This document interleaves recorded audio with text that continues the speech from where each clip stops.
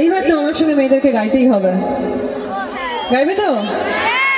লাইনটা জানো তো তোমরা? তাহলে কেন গাইছো না?